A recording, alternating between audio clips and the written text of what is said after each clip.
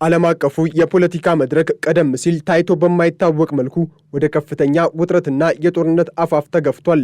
በምስራቅ እስያ የምትገኘውና በጠንካራው መሪ ኪም ጆንግ ኡን የምትመራው ሰሜን ኮሪያ በመካከለኛው ምስራቅ ለተቀጣጠለውና አሜሪካና እስራኤል በኢራን ላይ ለከፈቱት መጠነ ሰፊ ጥቃት የሰጠችው ምላሽ መላውን የሰው ልጅ ደህንነት ስጋት ላይ የሚጥል ሆኗል።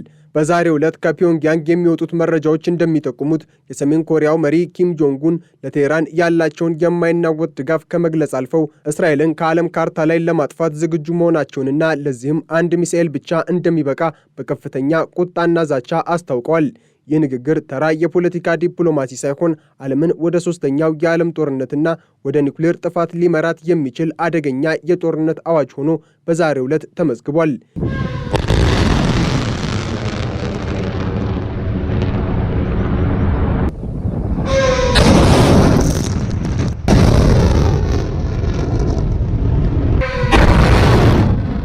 ይህ ሁሉ ታሪካዊ ቀውስ የጀመረው አሜሪካና እስራኤል በጋራ በመሆን ኦፕሬሽን ኤፒክ ፊውሪ የተሰኘውን ወታደራዊ ዘመቻ በኢራን ላይ በይፋ ማወጃቸውን ተከትሎ ነው።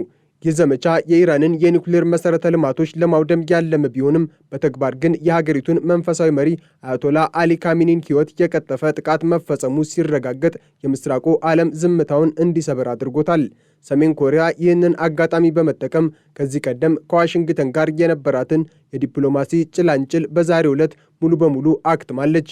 ኪም ጆንግ ኡን የአሜሪካና የእስራኤል ጥቃት የኢራንን ሉዓላዊነት ብቻ ሳይሆን የመላውን ጸረ ኢምፔሪያሊስት ኃይሎችን ክብር የነካ መሆኑን ገልጸው ምላሻቸውም እጅግ አውዳሚና የማያዳግም እንደሚሆን አስጠንቅቀዋል። በፒዮንግያንግ የሚገኙ የመንግስት መገናኛ ብዙሃን የኪም ጆንግ ኡንን ምስልና ንግግር ደጋግመው እያስተላለፉ ይገኛሉ። መሪው በወታደራዊ ማዘዣ ጣቢያ ውስጥ ሆነው በዘመናዊ ካርታዎችና በሚሳኤል መቆጣጠሪያ መሳሪያዎች ተከበው የሚታዩበት ምስል ላይ ፊታቸው ላይ የሚታየው ቆራጥነት ለዓለም ግልጽ መልእክትን አስተላልፏል። ኪም ጆንግ ኡን በዛሬው ዕለት ባደረጉት ንግግር የምዕራባውያን ትዕቢትና ግፍ ድንበሩን አልፏል። እስራኤል የተባለችው የሰይጣን መፈልፈያ በኢራን ወንድሞቻችን ላይ የፈጸመችው ግፍ በደሟ ካልታጠበ ሰላም አይሰፍንም ብለዋል። አክለውም ሰሜን ኮሪያ ያመረተቻቸውና በዓለም ላይ ተወዳዳሪ የሌላቸው የረጅም ርቀት ባለስቲክ ሚሳኤሎች አሁን ወደ ኢላማቸው መስተካከላቸውንና ትዕዛዝ ብቻ እየጠበቁ መሆኑን ገልጸዋል።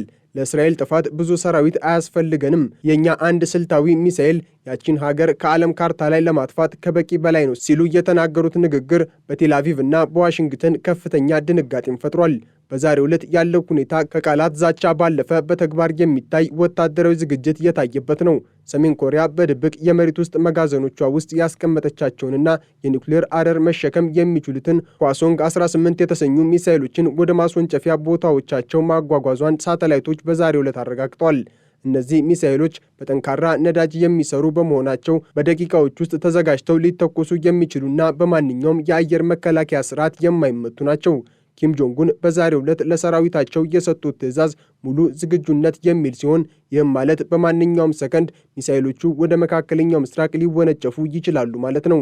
የሰሜን ኮሪያ ሚሳኤሎች ኢራን መድረስ ብቻ ሳይሆን በቀጥታ እስራኤልን የመምታት አቅም እንዳላቸውና ይህም በዛሬው ዕለት ለዓለም ይፋ የተደረገ አዲስ ወታደራዊ እውነታ ሆኗል። የዚህ ቀውስ ሌላኛው ገጽታ በዛሬው ዕለት የተጠናከረው የሰሜን ኮሪያ የሩሲያና የቻይና ግንኙነት ነው። ሩሲያ በዩክሬን በኩል ምዕራባውያንን እያዳከመች ባለችበት በዚህ ወቅት ሰሜን ኮሪያ በመካከለኛው ምስራቅ ግንባር መክፈቷ ለሞስኮ ትልቅ ስትራቴጂካዊ ጠቀሜታ አለው። በዛሬው ዕለት በሞስኮና በፒዮንግያንግ መካከል የተደረገው የቀጥታ ስልክ ግንኙነት ሁለቱ ሀገራት በአሜሪካ ላይ ያላቸውን የጋራ አቋም ይበልጥ አጥብቆታል። ሩሲያ ለሰሜን ኮሪያ ዘመናዊ የሳተላይት መረጃዎችንና የኢላማ መቆጣጠሪያ ቴክኖሎጂዎችን በዛሬው ዕለት ማቅረቧ ይነገራል። ይህም ኪም ጆንግ ኡን የሚተኩሱት ሚሳኤል ያለ ስህተት ኢላማውን እንዲመታ ያደርገዋል።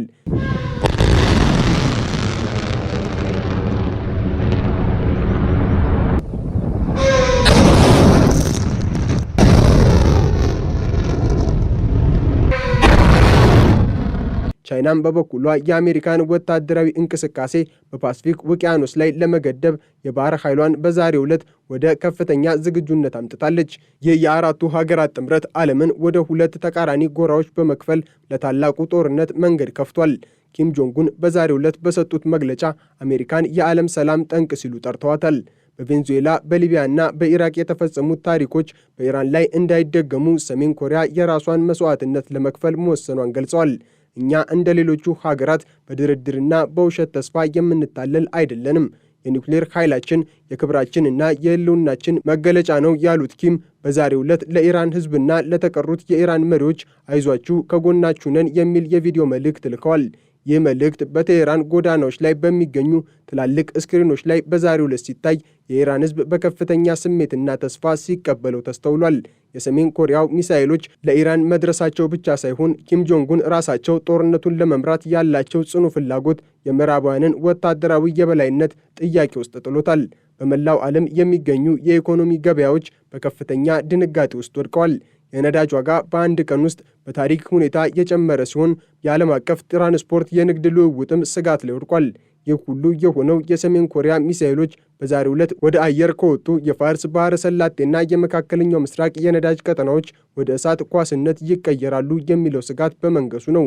ኪም ጆንጉን በዛሬው ዕለት ባደረጉት ንግግር ጠላቶቻችን ኢኮኖሚያቸውንና ምቾታቸውን ይወዳሉ፣ እኛ ግን ለክብራችን መሞትን እንመርጣለን በማለት ሰሜን ኮሪያ ለኒውክሌር ጦርነት ዝግጁ መሆኗንና ይህም በምዕራባውያን ላይ የሚያመጣው ጥፋት ሊገመት የማይችል መሆኑን አስገንዝበዋል።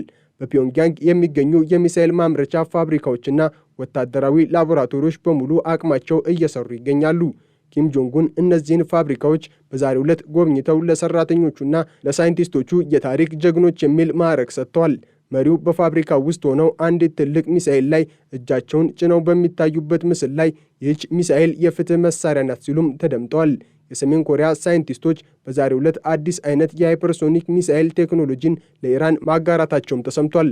ይህ ቴክኖሎጂ የእስራኤልን አይረንዶም እና የአሜሪካን ፓትሪዮት ሚሳኤል መከላከያዎች በቀላሉ ሰብሮ ማለፍ የሚችል ነው። በዚህም ምክንያት በዛሬው ዕለት በእስራኤል ከተሞች የሚኖሩ ዜጎች በከፍተኛ ፍርሃት ወደ ምድር ውስጥ መጠለያዎች እየገቡ ይገኛሉ። የሰሜን ኮሪያው መሪ ኪም ጆንጉን በዛሬው ዕለት የገለጹት የአንድ ሚሳኤል ዛቻ በተለይም በእስራኤል ላይ ያነጣጠረ መሆኑ ትልቅ ትርጉም አለው። እስራኤል በአሜሪካ ድጋፍ በመተማመን በጎረቤቶቿ ላይ የምትፈጽመው ጥቃት አሁን ግን ከሩቅ ምስራቅ በሚመጣው የሰሜን ኮሪያ ቁጣ ሊገታ እንደሚችል ተገምቷል። ኪም ጆንጉን በዛሬው ዕለት ባደረጉት ንግግር እስራኤል የአሜሪካ ቅኝ ገዢና የመካከለኛው ምስራቅ ካንሰር ናት፣ ይህ ካንሰር ደግሞ መቆረጥ አለበት በማለት እጅግ ጠንከር ያለ ቃል ተጠቅመዋል። ይህ ንግግር በዓለም አቀፍ ደረጃ ዲፕሎማሲያዊ ውዝግብን ያስነሳ ቢሆንም ኪም ግን ለዓለም አቀፍ ሕግጋትና ውግዘቶች ግድ እንደሌላቸው በዛሬው ዕለት በድጋሚ አረጋግጠዋል። በዋሽንግተን የሚገኘው የዋይት ሃውስ አስተዳደር የሰሜን ኮሪያን እንቅስቃሴ በቅርበት እንደሚከታተልና አስፈላጊውን ምላሽ እንደሚሰጥ ቢገልጽም በተግባር ግን ከፍተኛ ጭንቀት ውስጥ መሆኑን ይስተዋላል። አሜሪካ በኢራን ላይ የጀመረችው ጦርነት አሁን ወደ ሰሜን ኮሪያና ሩሲያ ሊስፋፋ እንደሚችል መገመቱ የአሜሪካን ወታደራዊ ዕቅድ አዛብቶታል። ኪም ጆንጉን በዛሬው ዕለት የወሰዱት ቆራጥ አቋም አሜሪካ በሁለትና በሶስት ግንባሮች ጦርነት ውስጥ እንድትገባ የሚያስገድዳት ነው። ይህ ደግሞ ለአሜሪካ ውድቀትን እንጂ ስኬትን እንደማያመጣ ብዙዎች በዛሬው ዕለት እየተነበዩ ይገኛሉ። በሰሜን ኮሪያና በደቡብ ኮሪያ ድንበር ላይም ከፍተኛ ወታደራዊ እንቅስቃሴ እየታየ ነው። የሰሜን ኮሪያ ሰራዊት በዛሬው ዕለት ወደ ድንበር መጠጋቱና መድፎቹን ወደ ደቡብ ማዞሩ በደቡብ ኮሪያና በጃፓን የሚገኙ የአሜሪካ የጦር ሰፈሮችም የኪም ጆንጉን ቀጥተኛ ኢላማ መሆናቸውን ያሳያል። ኪም በዛሬው ዕለት ባስተላለፉት ትዕዛዝ አሜሪካ በኢራን ላይ የምትፈጽመውን ጥቃት ካላቆመች በፓስፊክ ውቅያኖስ የሚገኙ ሰፈሮቿ ሁሉ መቃብሮቿ ይሆናሉ ብለዋል። ይህ ዛቻ በዛሬው ዕለት የጃፓንና የደቡብ ኮሪያን መሪዎች በከፍተኛ ሁኔታ አስቆጥቷቸዋል። ሆኖም ግን ከሰሜን ኮሪያ የሚወጣውን የሚሳኤል ዝናብ ለመከላከል ያላቸው አቅም ውስን መሆኑን ያውቁታል። የሰሜን ኮሪያው መሪ ኪም ጆንጉን በዛሬው ዕለት ያሳዩት ወታደራዊ ጥንካሬ የሀገሪቱን የኒውክሌር ቴክኖሎጂ እድገት ለዓለም ያሳዩበትም ጭምር ነው። ከጥቂት ዓመታት በፊት ዓለም የምታፌዝባቸው የሰሜን ኮሪያ ሚሳኤሎች ዛሬ ግን የመላው ዓለም ስጋት ሆነው በዛሬው ዕለት ታይተዋል። ኪም በዛሬው ዕለት ባደረጉት ንግግር ሳይንቲስቶችንና መሐንዲሶቻችን የሰሩት ተአምር ዛሬ ለጭቁን ሕዝቦች ደህንነት የሚውልበት ቀን ነው ብለዋል። ይህ ንግግር የሚያሳየው ሰሜን ኮሪያ ራሷን እንደ ዓለም አቀፍ የነጻነት ታጋይና የምዕራባውያን የበላይነት ሰባሪ አድርጋ እየቆጠረች መሆኗን ነው። በመካከለኛው ምስራቅ ያለው የጦርነት ድባብ እጅግ አስፈሪ ሆኗል። የኢራን የሚሳኤል ማዕከላት ከሰሜን ኮሪያ አማካሪዎች ጋር በመሆን የኢላማ ማስተካከያዎችን እያደረጉ መሆኑን መረጃዎች ይጠቁማሉ። በዛሬው ዕለት በቴህራን ሰማይ ላይ የሚታዩት የጦር አውሮፕላኖችና የሚሳኤል ሙከራዎች የኪም ጆንጉንን የአንድ ሚሳኤል ዛቻ ወደ ተግባር ለመለወጥ የሚደረጉ ዝግጅቶች ይመስላሉ። ኪም በዛሬው ዕለት ለኢራን የላኳቸው ሚሳኤሎች ተራ መሳሪያዎች ሳይሆኑ የኒውክሌር ቴክኖሎጂ የታከለባቸውና የአሜሪካን የጦር መርከቦች በባህር ላይ የሚያሰምጡ ናቸው።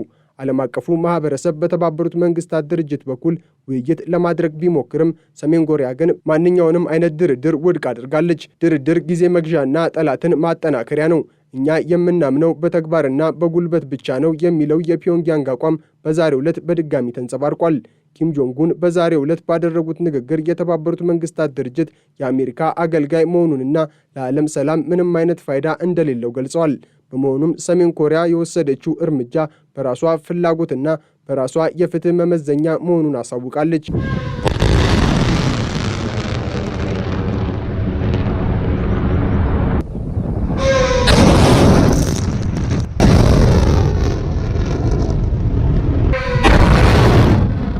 በዛሬው ዕለት የሚወጡት ዜናዎችና ትንታኔዎች ሁሉ የሚያጠነጥኑት በኪም ጆንግ ኡን የአንድ ሚሳኤል ዛቻ ላይ ነው። ይህች አንዲት ሚሳኤል በእርግጥም እስራኤልን ልታጠፋ ትችላለች የሚለው ጥያቄ በዛሬው ዕለት የብዙዎች የውይይት ርዕስ ሆኗል። ወታደራዊ ባለሙያዎች እንደሚናገሩት የሰሜን ኮሪያ ሚሳኤሎች በከፍተኛ ፍጥነትና አቅጣጫቸውን በመቀየር መጓዝ ስለሚችሉ የእስራኤል የመከላከል አቅም ሊዳክም ይችላል። በተጨማሪም ሚሳኤሏ የምትሸከመው የኒውክሌር አረር እጅግ ከፍተኛ በመሆኑ አንዲት ሚሳኤል ብቻ ለአንዲት ትንሽ ሀገር ጥፋት በቂ ሊሆን እንደሚችል በሳይንሳዊ መንገድ ተረጋግጧል። ዓለም ትንፋሿን ውጣ አይኖቿን ወደ ፒዮንግያንግና ወደ ቴህራን ሰማያት ሰቅላ ትገኛለች። ኪም ጆንግ ኡን በዛሬው ዕለት በሚሳኤል ማስወንጨፊያ ጣቢያዎች ውስጥ ሆነው ቀይ አዝራሩን ለመጫን ያላቸው ዝግጁነት ዓለምን አሸብሯታል። ዛሬ የታሪክ ቀን ነው። ዛሬ የፍትህ ቀን ነው። ዛሬ የኢምፔሪያሊስቶች ውድቀት የሚጀምርበት ቀን ነው የሚለው የኪም ጆንግ ኡን ድምፅ በዛሬው ዕለት በመላው ዓለም እያስተጋባ ይገኛል። ወደፊት ለሚመጣው ትልቅ ለውጥ ወይም ጥፋት መጀመሪያ መሆኑ የታወቀ ነው።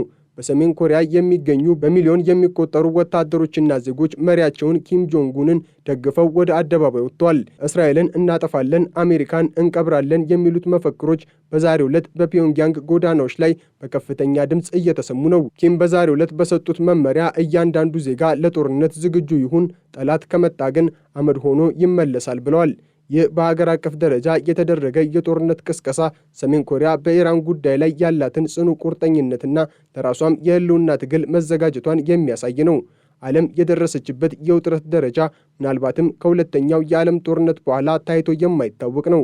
ኪም ጆንግ ኡን በዛሬው ዕለት ያሳዩት ጀግንነትና ቆራጥነት በአንድ በኩል ለጭቁኖች ተስፋን ሲሰጥ፣ በሌላ በኩል ደግሞ ለዓለም ስጋትን ደቅኗል።